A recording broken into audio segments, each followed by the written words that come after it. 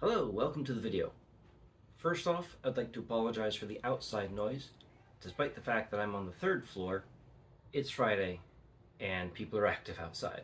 So, we're going to try and keep this under an hour long because holy cow, that last video went on way longer than I expected. Today, we're just focusing on the beginner toolkit. We'll start with the screwdrivers. These are fairly obvious, but why do we need a flathead? The Phillips is used for pretty much every screw in the system, right?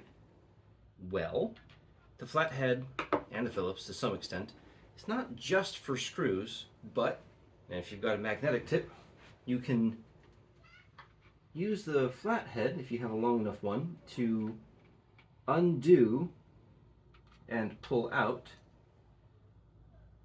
the BIOS battery. Very important if you don't want to pull all the stuff out. You can also, if you're dealing with lots of OEM PCs, sometimes they'll use flatheads. HP is notorious for that. You'll also want a bunch of these on hand. You can get these for like, I think I paid $4 for a set of 10. Multimeter, dollar store. Let's see. Let's check the old battery because I am kind of curious how bad it is. We're looking at, let's see, we're on the 10 scale. Yeah, that's like 2.2 volts. There's supposed to be 3. That is dead. Okay.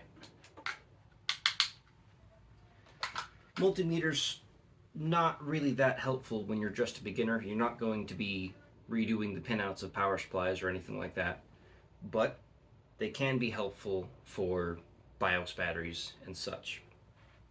Now, one thing I wanted to show you, and I can't find, I do have one, I think I have two actually, is a power supply tester.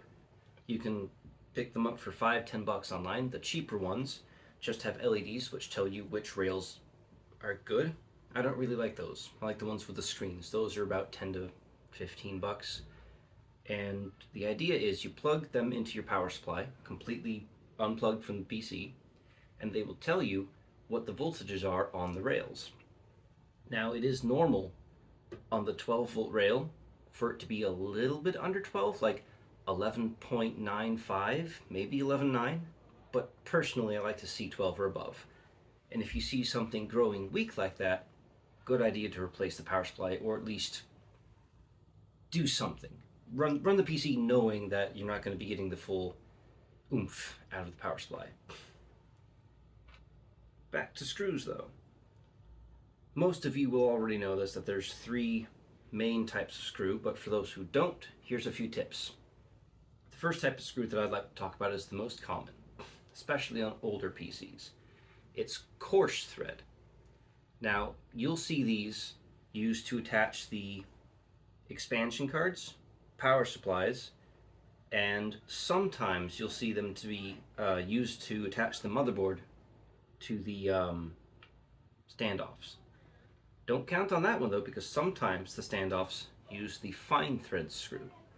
The coarse thread screw is also used for hard drives. This one is for a fan. It's a lot bigger of a screw. Now, not really much to know about those other than big screw goes in the big holes for your fan.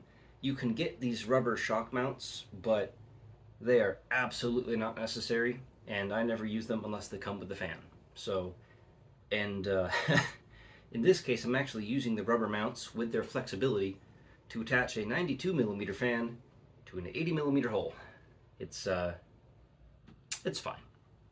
So, speaking of standoffs, they're usually made of brass, but sometimes the really crappy ones will be made of steel. Check to see how tight they are before you put your motherboard in if you're building from scratch or replacing a motherboard. That's where your pliers come in handy. You don't want to really crank on them, just give a little twist. If you get any movement at all, it needs tightening. Or it's stripped. That's also likely if it's someone else's previous build.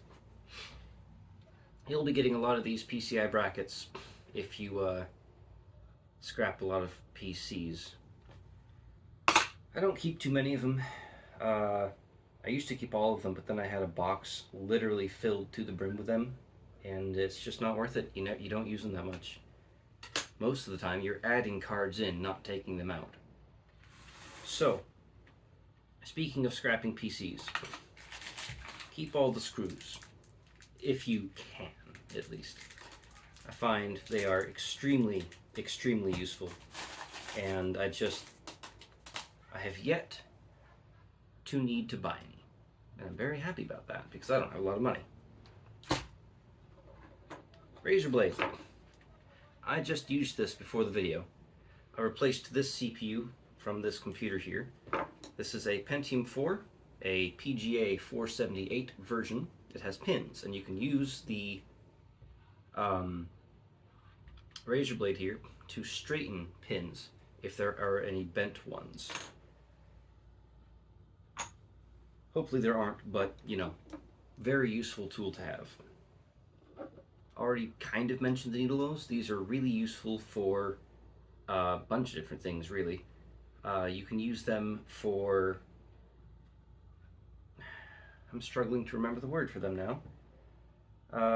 Jumpers. You can use them for jumpers when you've already got a built PC like this where it's difficult to reach in there and get the jumpers. They're useful for removing BIOS batteries. If you get a motherboard where some previous person has helpfully stripped one of the standoffs where the screw is still in the motherboard and the standoff is sticking off the back, use your pliers to hold the standoff, brace the motherboard on something, and then use a screwdriver to get the screw out. Very, very helpful for that. Now, that's pretty much all the hardware you're going to have to worry about. Let's talk about peripherals.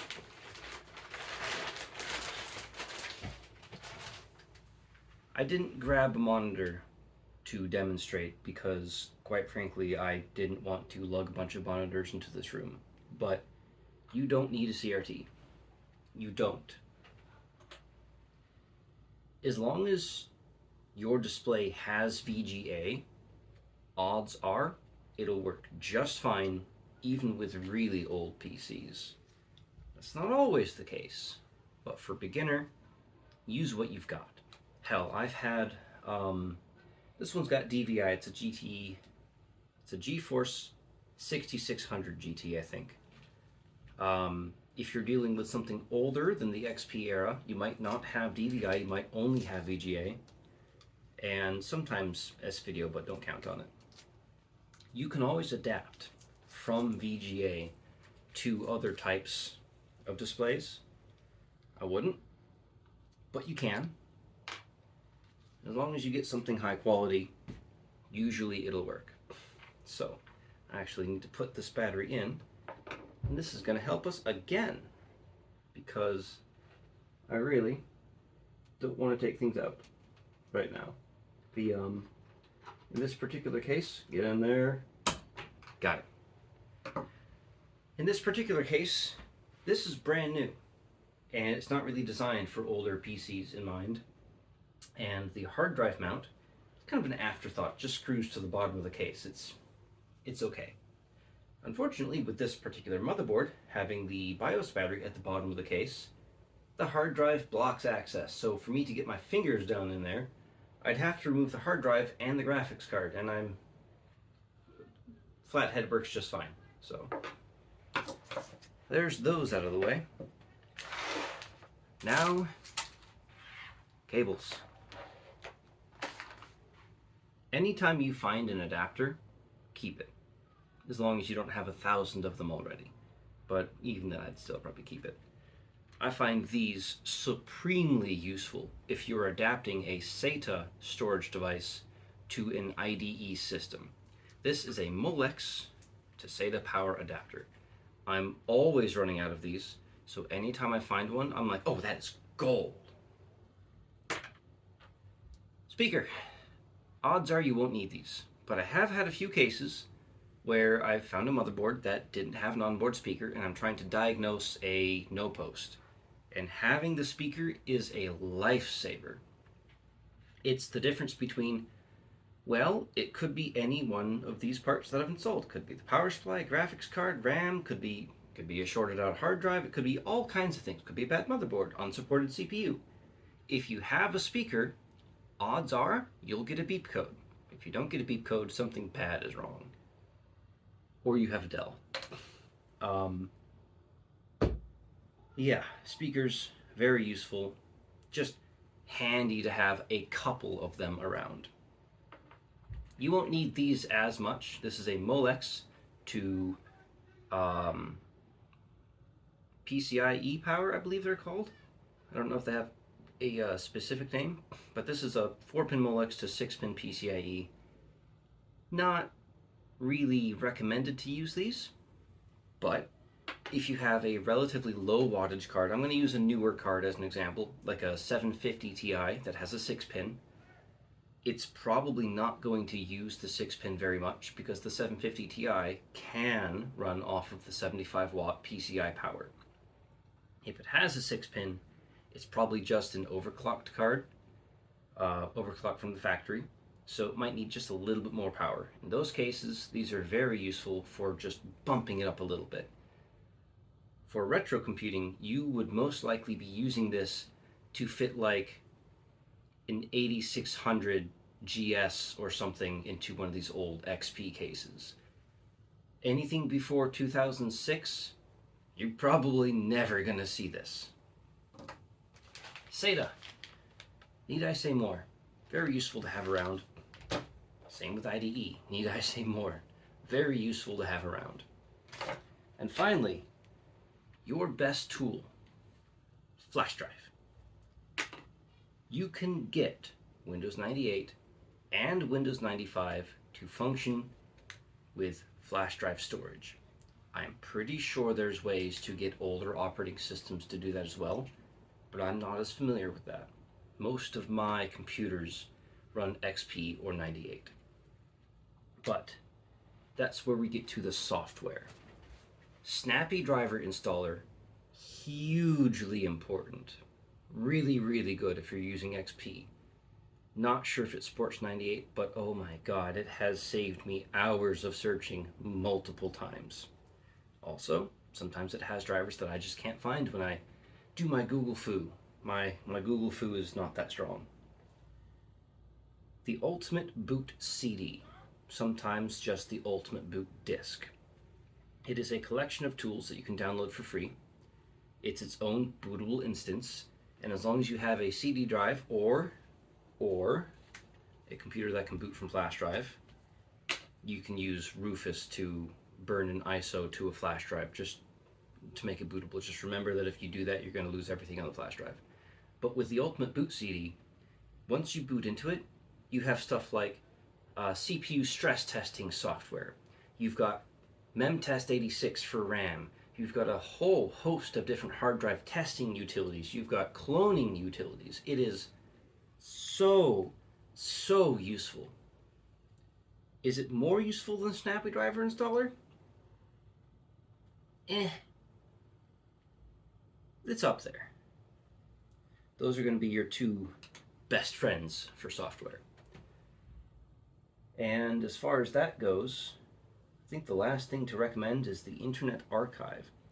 There used to be a website that hosted a whole bunch of different Windows ISO files, anything from like XP and older, but I haven't seen them recently, so either Google stopped promoting them or they got taken down. So the Internet Archive is a great place to go for ISO files. You can go to myabandonedware.com to find a lot of different, usually free, old video games for a whole bunch of different systems actually. So Windows obviously included. And I think the best thing to do now is to recommend, if you're using Vista, you can use Vista if you really want to. Just remember to use the final service pack. I think Vista had 2 service packs. Once you get Service Pack 2 in Vista, it's actually a reasonably decent operating system. Same goes for XP. When you use XP, use Service Pack 3. I would not bother with the earlier ones. You don't really get any benefits. The only thing you get is bugs. Um, oh, yes, of course. Legacy Update. Legacy Update lets you get your older operating systems back online and updating. I don't think they support 95, but 98, 2000, XP, Vista, totally usable. I have this machine with Legacy Update right now, and I can get on the internet right now and download any updates. I've already done so, so there probably aren't any to download, but super, super cool bit of community software. Another good one is Supermium or MyPal. Those are web browsers that work with XP. Super awesome. I know that Supermium, at least, is a completely up-to-date fork of Chromium. Super awesome. Works on 32-bit hardware too. So just, whether or not you're going to have a good experience on something this old, that's a different question. But mostly it's just kind of you can, not that you should. And that pretty much wraps it up. Tried to get this one out as fast as possible. I have a habit of rambling, and I don't want to do that. So, yeah, good stuff. Just remember there is no bad hardware, only bad use cases. So, XP is good for a lot of things. You don't have to have Windows 98 or DOS to get into this scene. Just use what you got. That's it. Goodbye. And don't forget your thermal paste.